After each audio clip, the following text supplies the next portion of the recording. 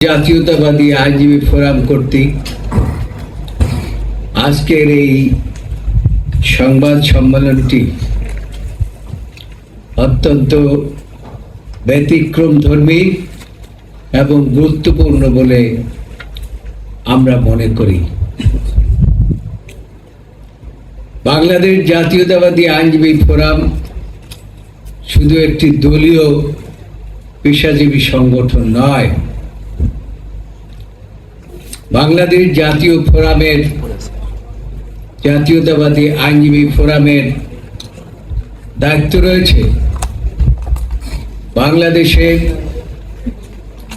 বিচার ব্যবস্থার স্বাধীনতা রক্ষা করা, মানবাধিকার, গণতন্ত্র রক্ষা করা এবং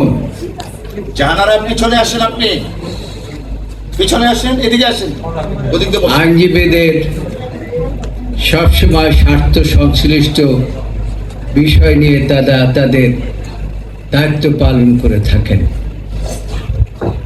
তারই ধারাবাহিকতায় আজকে এমন একটি সময় আপনাদের সামনে এই সংবাদ সম্মেলনে আমরা উপস্থিত হয়েছি যখন জাতির একটা ক্রান্তিকাল চলছে। এই ক্রান্তিকালের মধ্যে আগামী নির্বাচনের একটি সময়সূচি বর্তমান সরকার কর্তৃক ঘোষিত হয়েছে, যদিও এখন পর্যন্ত নির্বাচন কমিশন নির্বাচনের প্রকৃত তারিখ ঘোষণা করেন নাই, কিন্তু সরকার প্রধান বলেছেন যে আগামী ফেব্রুয়ারির মধ্যেই বাংলাদেশের জাতীয় নির্বাচন হবে। এই আশাই বাংলাদেশের মানুষ করছে। সেই অবস্থায় একটি বর্ণচোরা গোষ্ঠী এই নির্বাচনকে বানচাল করার জন্য, বিচার বিভাগকে ধ্বংস করার জন্য, গণতন্ত্রকে ধ্বংস করার জন্য, মানবাধিকার লঙ্ঘনের জন্য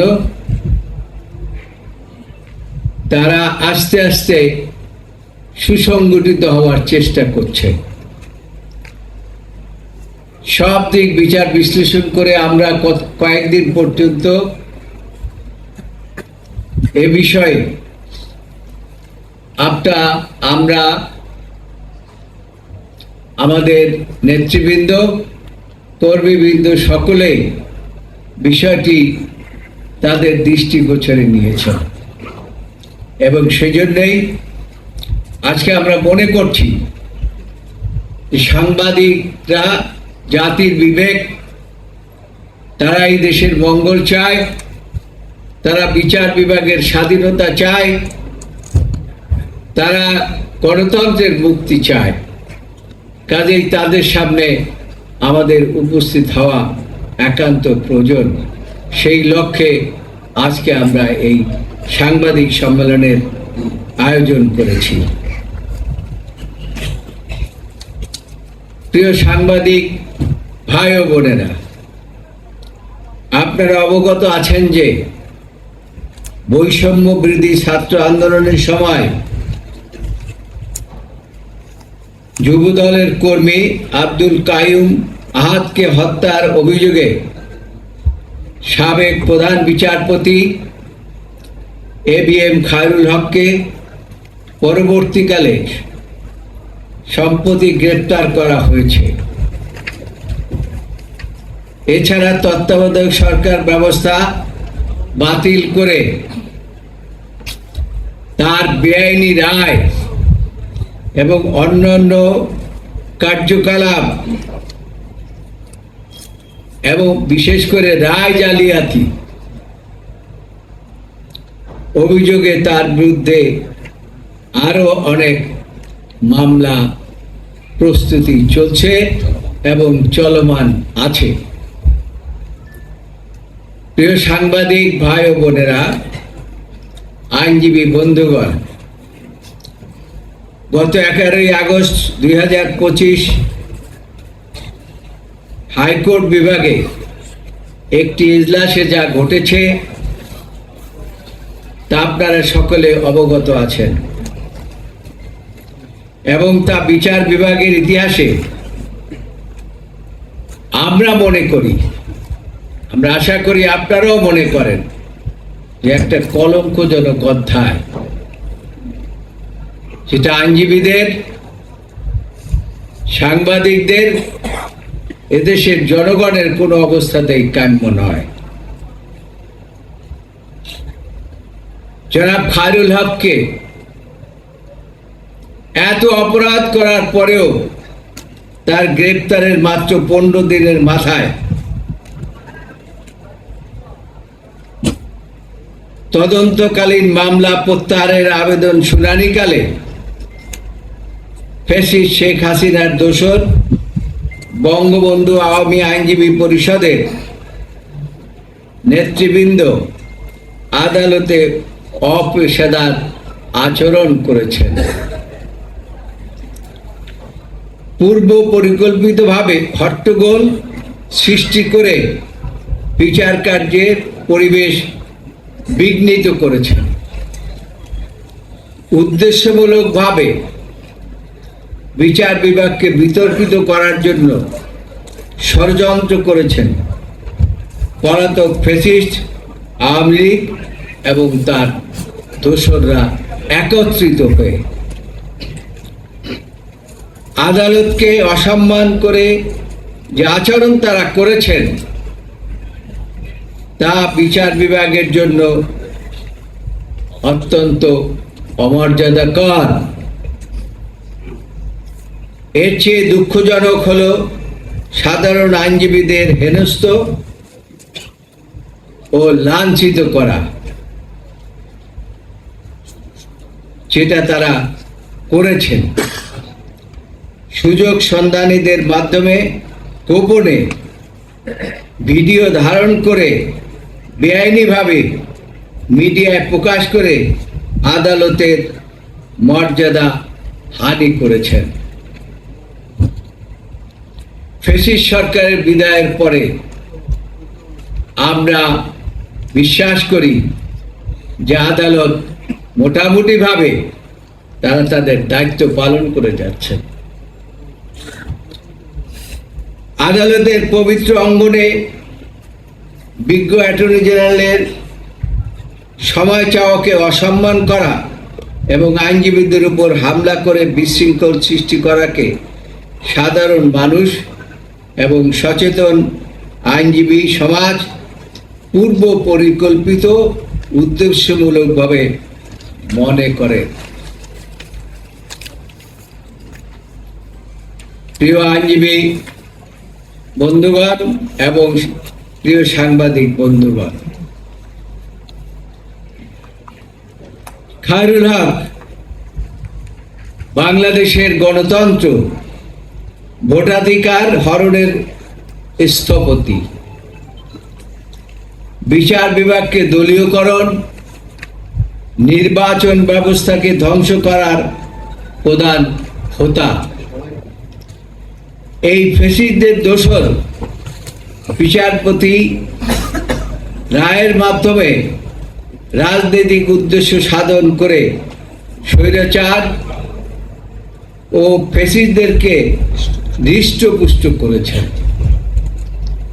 দেশের সকল গণতন্ত্র মানা রাজনৈতিক দলগুলো খায়রুল হককে দেশে গণতন্ত্রের সবচেয়ে বড় শত্রু আখ্যা দিয়ে কঠোর শাস্তির দাবি জানিয়েছেন।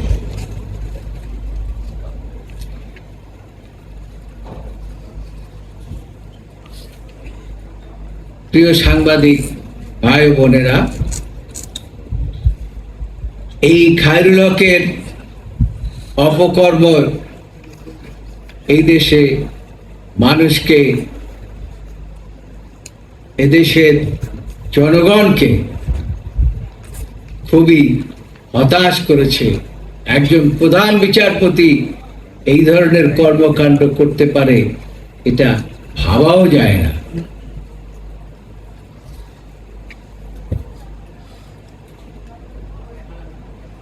কেন সাধারণ জনগণ, বিভিন্ন রাজনৈতিক দল এবং আইনজীবীরা এই খায়রুল হকের কঠোর দাবি জানাচ্ছেন? নাম্বার 1, তত্ত্বাবধায়ক সরকার ব্যবস্থা তিনি বাতিল করে দিয়েছেন। 2011 সালে তিনি তত্ত্বাবধায়ক সরকার ব্যবস্থা বাতিল সংক্রান্ত সংক্ষিপ্ত রায় দেন। বলা হয়েছিল পরবর্তী 2টি জাতীয় সংসদ নির্বাচন তত্ত্বাবধায়ক সরকারের অধীনে হতে পারে, কিন্তু অবসরের 16 মাস পর প্রকাশিত পূর্ণাঙ্গ রায়ে তিনি এই অংশ বাদ দেন, যেটা আমাদের আপিল বিভাগের রুলসের পরিপন্থী। তিনি সংবিধান 13 সংশোধনীকে অবৈধ ঘোষণা করে 15 সংশোধনীকে বৈধতা দেন, যা দলীয় সরকারের অধীনে নির্বাচন করার পথ খুলে দেয়।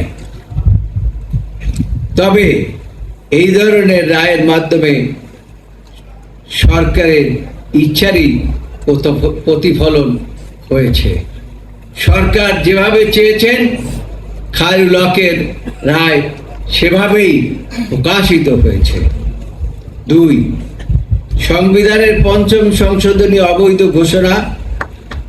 খায়রুল হক সংবিধানের 5ম সংশোধনী বাতিল ঘোষণা করার মাধ্যমে বিএনপির প্রতিষ্ঠাতা শহীদ প্রেসিডেন্ট জিয়াউর রহমানের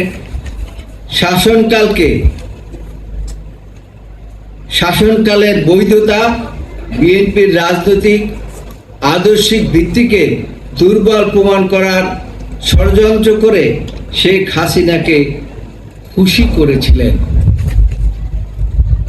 এই রায়টি শেখ হাসিনাকে ইচ্ছামতো সংবিধান পরিবর্তনের দরজা খুলে দিয়েছিল।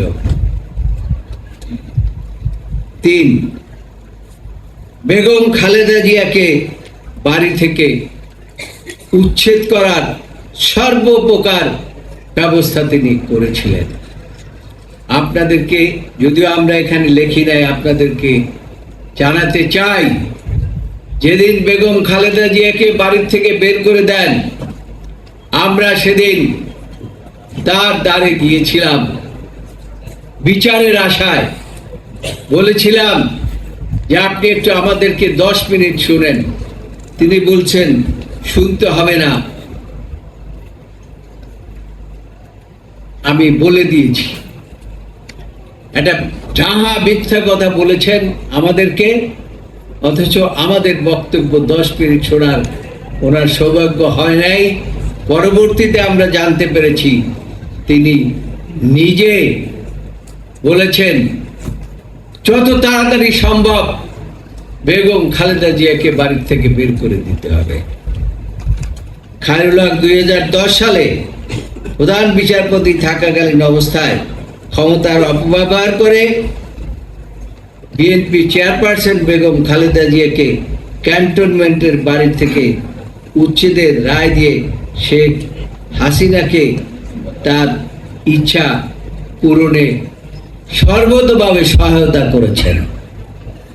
শেখ হাসিনা চেয়েছিল যে বেগম খালেদা জিয়াকে তার দীর্ঘদিনের স্বপ্নের যেখানে তিনি অবস্থান করছেন সেখান থেকে বের করে দিবেন, আর খায়রুল হক ছিল তার সহযোগী। স্বাধীনতার ঘোষক অস্বীকৃতি 2009 সালে 21শে জুন, এটা 4 নম্বর। 2009 সালে 21শে জুন বিচারপতি খায়রুল হক ও বিচারপতি মমতাজউদ্দিন আহমেদের সমন্বয়ে গঠিত হাইকোর্ট বেঞ্চ শহীদ রাষ্ট্রপতি জিয়াউর রহমানকে স্বাধীনতার ঘোষক হিসাবে অস্বীকার করেন এবং এই সংক্রান্ত সকল প্রকার প্রকাশনা বাতিল করার নির্দেশ প্রদান করেছিলেন। 5, আগাম জামিনে সীমিত করা। তিনি বিরোধী দলের নেতা কর্মীদের আগাম জামিনের অধিকার কেড়ে নিয়েছিলেন, যার ফলে লাখো লাখো মানুষ পুলিশি হয়রানির শিকার হয়েছেন। ঘুরেছেন এই সুপ্রিম কোর্টের দ্বারে দ্বারে।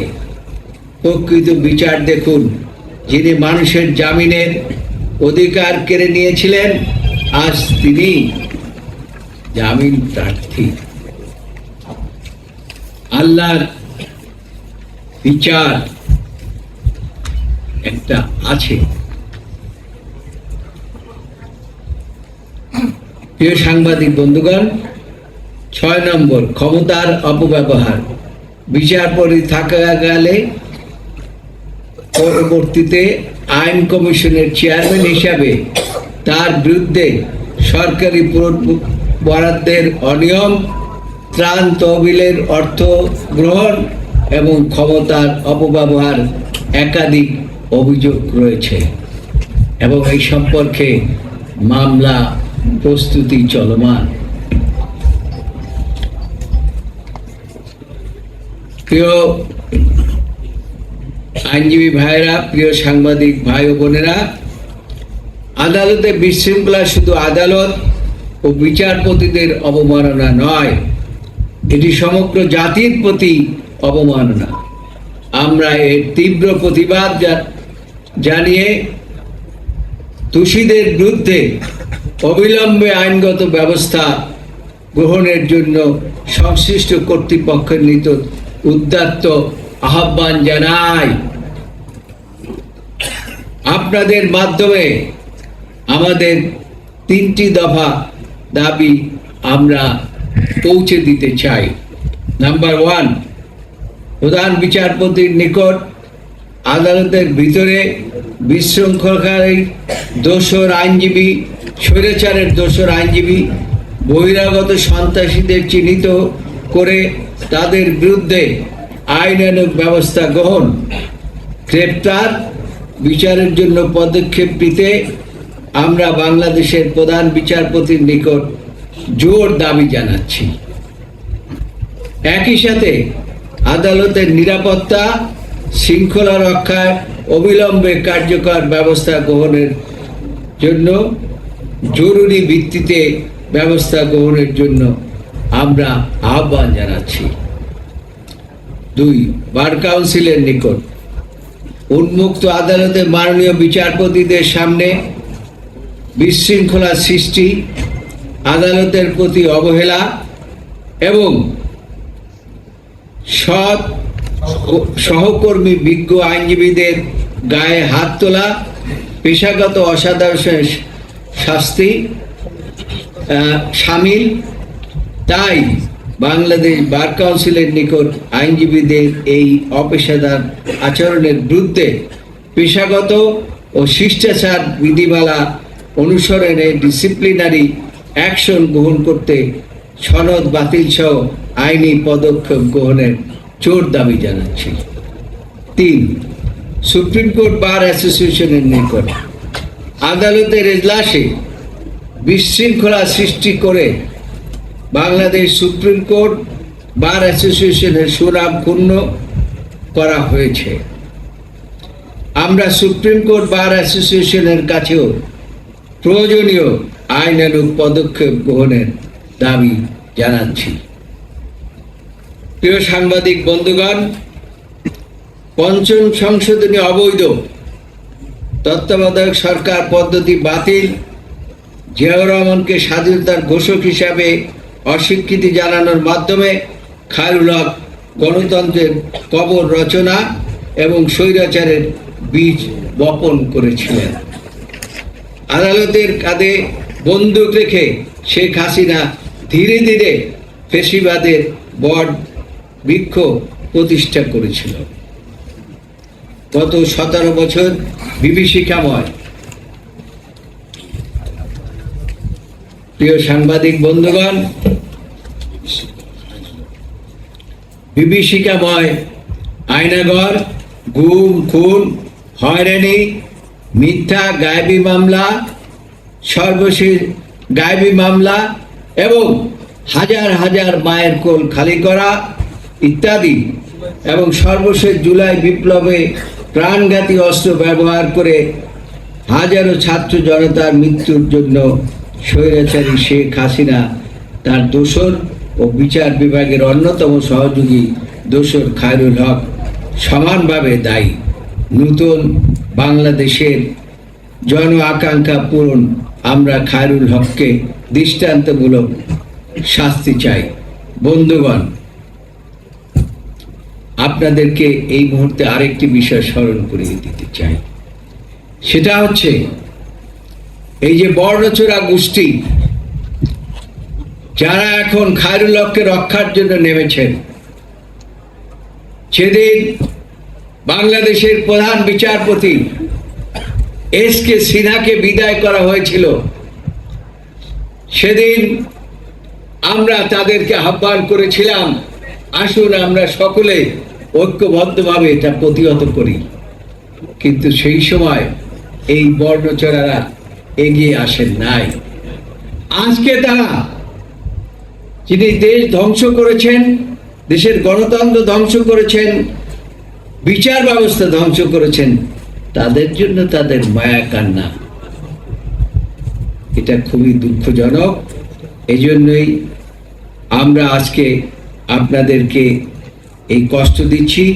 শেষ কথা হচ্ছে, বাংলাদেশ জাতীয়তাবাদী আইনজীবী ফোরাম লড়াই কোনো ব্যক্তি বা দলের বিরুদ্ধে নয়।